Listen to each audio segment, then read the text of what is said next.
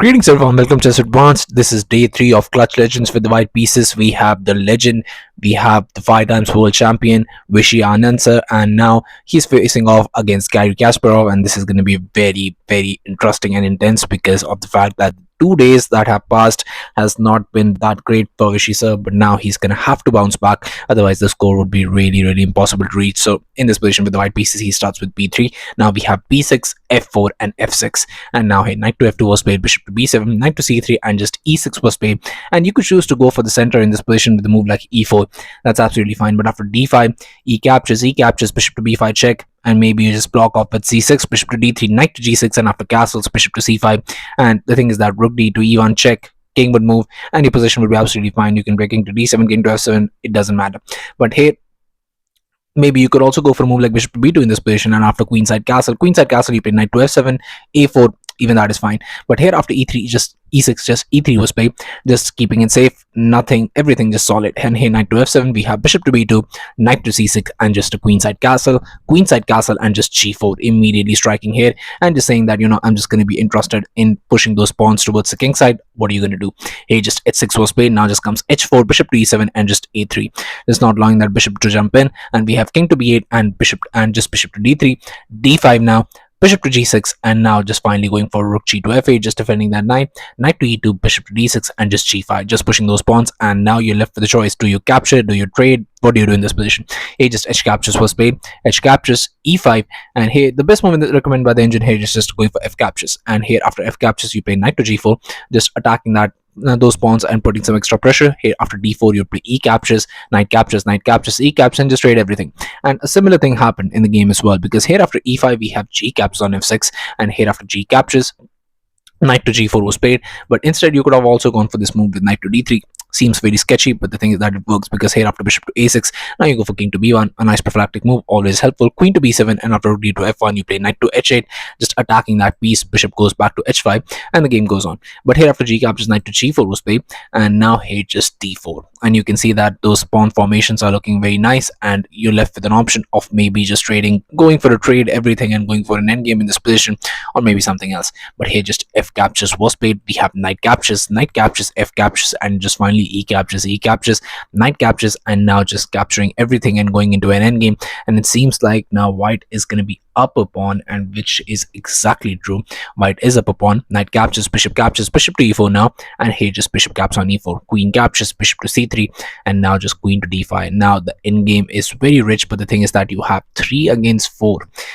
Is it enough to win the game? Well, if the rooks are on the board and maybe one extra piece which could try to do something, maybe you have some chances of trying to convert this. But if the queens go off the board, the chances diminish as soon as you take the queens off. After king to b2, hey, bishop to e5 was played, and now you definitely don't want this to come with a tempo, so here just king to a2, bishop captures, queen captures was played, but just queen to d4.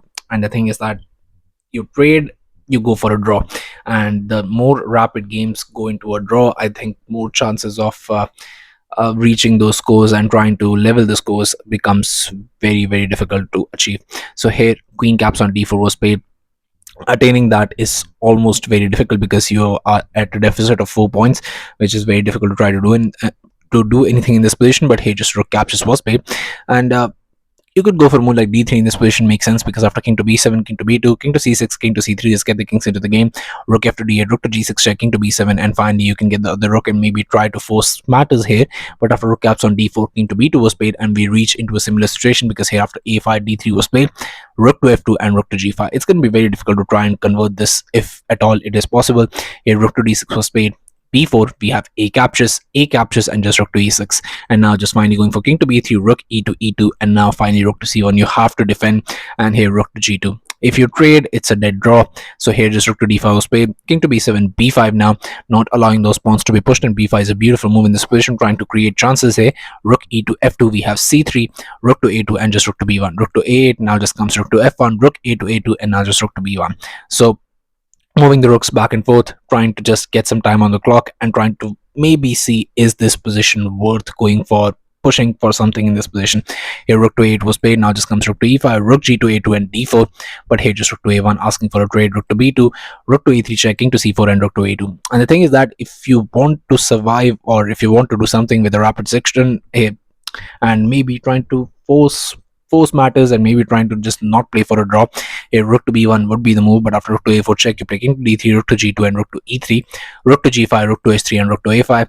And the thing is that you can easily defend that, play king to c4, play rook to h7, king to e4, everything is fine in this position. But the thing is that it after this, just a trade took place for rook captures, and now we know it's a definite draw. A rook to h5 was played, rook to c2, rook to h7, and rook to c1, king to d3, but both players are still going to try. Rook to b1, c4 now, rook to b3 check, king to e4, and finally rook to b1, king to d5, and here just rook to d1 was played. Rook to g7, rook to d2, and rook to h7. No matter what you do, I mean, this position is just a dead draw. It's just about both players realizing it. Even with the extra pawn, this rook endgame is unfortunately a draw. Rook to d1 was played. We have rook to f7, rook to d2, rook to e7, rook to d1, rook to e8, rook to d2, and here both players finally agreed to go for a draw on just move 61. So now everything is going to be betting onto the second rapid game and the two blitz game that will follow. Today we have a different point system for the last two games.